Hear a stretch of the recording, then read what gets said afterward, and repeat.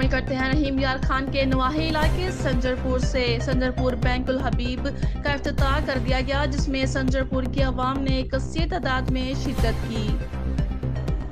سنجرپور کی تاجر برادری کا کہنا تھا کہ سنجرپور میں بینک الحبیب کی اہم ضرورت تھی، اور سب سے خوشی کی بات یہ ہے کہ بینک الحبیب ATM کی سہولت بھی موجود ہے، جو کہ اہم ضرورت تھی، اور ہمیں رات کو کسی بھی پریشانی میں پیسے نکالنے کی کوئی دشواری نہیں ہوگی۔ ہمیں پیسے بھیجنے اور لینے میں بہت دشواری ہوتی تھی، جس کی وجہ سے ہمیں صادق آباد جانا پڑتا تھا۔ اب یہاں پر بینک الحبیب اوپن ہو گئی ہے، جس میں ہمیں کافی سہولیات میسر ہو گئی ہیں۔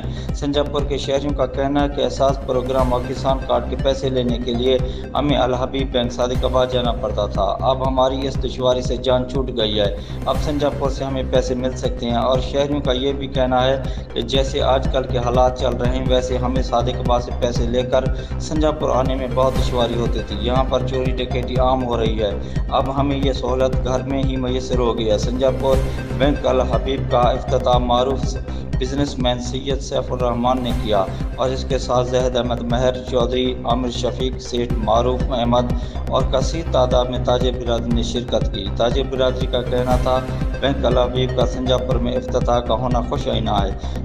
کیمرہ مین ٹیم کے ساتھ Syed Saeed Ahmed Jilani, bureau chief JN news, Rahim Yar Khan.